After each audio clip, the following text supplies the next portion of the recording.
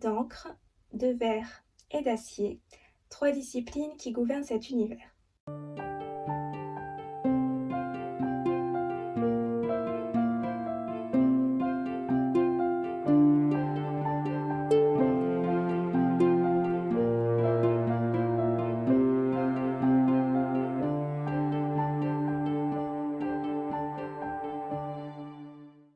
Bonjour amis des livres, c'est la chaîne du Cactus qui lit et aujourd'hui je vais vous parler d'encre, de verre et d'acier. D'encre, de verre et d'acier est un roman écrit par Gwendoline Clare, une auteure d'origine américaine. Il s'agit d'un roman de fantasy uchronique publié chez Lumen en 2018. L'histoire commence dans le monde de Veldana. On y retrouve Jumi et sa fille Elsa, toutes deux scriptologues, c'est-à-dire qu'elles ont la capacité d'inventer des mondes grâce à l'écriture. Mais un jour, des personnes mal intentionnées débarquent sur Veldana et enlèvent Jumi. Elsa va devoir alors partir sur la Terre et s'allie à de jeunes terriens pour la libérer. D'encre, de verre et d'acier est le premier tome d'une série qui comprend pour l'instant 2 tomes. Je ne sais pas si la série s'arrête là ou s'il y aura d'autres parutions par la suite, mais en tout cas le style de l'auteur est très facile à lire, les tournures de phrases ne sont pas complexes et les descriptions très simples. Mais je crois que ce livre aurait mérité une meilleure correction. Bon, il reste quelques coquilles comme dans n'importe quel livre, mais c'est surtout qu'un personnage change de nom en fonction des chapitres. Parfois il s'appelle Alec, puis Alex, puis il redevient Alec, puis encore Alex. Donc au final, je ne sais pas quel est son vrai prénom.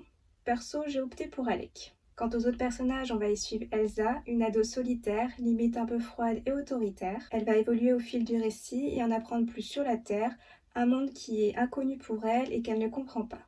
Pour parvenir à ses fins, elle se liera à d'autres jeunes de son âge, Léo, un mécanicien au passé mystérieux, Portia, une autre scriptologue, ou encore Faraz, un alchimiste accompagné d'une petite créature tentaculaire. En commençant ce livre, je ne m'attendais pas du tout à tomber sur un univers aux accents steampunk, j'ai donc été agréablement surprise. On a le droit à plein de petites inventions loufoques, gants avec des capteurs, voitures mécaniques araignées, ou encore carrément une maison robot. Un univers qui se déroule dans une Italie du 19e siècle revisitée, empli de savants fous, avec 3 disciplines qui se démarquent, les scriptologues, les mécaniciens et les alchimistes. Celle qui m'aura le plus passionnée est la scriptologie, une discipline qui permet de créer des univers parallèles grâce à de l'encre et des livres spéciaux. J'ai toutefois été un peu déçue que ce thème ne soit pas plus exploité. Quand on lit la 4e de couverture, je pense qu'on s'attend à voyager dans pas mal de mondes, mais en fait l'histoire se passe surtout sur Terre. L'enquête pour retrouver Jumi est plaisante à suivre et pleine de rebondissements, même si le début est un peu lent et que le personnage rame sévère. Je n'ai pas accroché avec le monde de Veldana, peut-être parce qu'au début le passage est très court et qu'on n'en sait pas grand-chose sur ce monde, donc au final je ne me suis pas sentie concernée. J'ai plutôt préféré l'ambiance de fantaisie uchronique du reste de l'histoire. Le rythme du récit est donc aussi un peu inégal. Il commence dans le monde de Veldana avec un passage très lent, puis ça s'emballe, puis ça retombe sur pas mal de pages pour au final être un peu plus palpitant sur la 2e moitié du livre. Il y a aussi quelques facilités scénaristiques, des choses qui se résolvent rapidement, mais bon, l'univers est quand même sympathique à découvrir.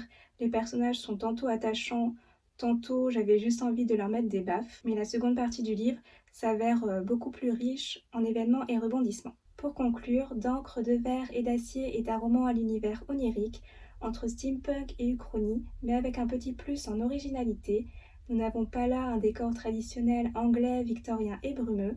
Non, là, il s'agit d'une Italie divisée en deux et revisitée par l'auteur. Le début de l'histoire peut être un peu fastidieux, mais si vous vous accrochez, la suite se révélera bien plus palpitante. Voilà, cette vidéo est terminée, je vous remercie de l'avoir visionnée. Si vous avez lu ce livre, n'hésitez pas à me donner votre avis dans les commentaires, et si je vous ai donné envie de le lire, je vous souhaite une bonne lecture. En attendant, si vous souhaitez faire plaisir à Cactus, n'hésitez pas à liker, partager ou vous abonner. À bientôt et prenez soin de vous.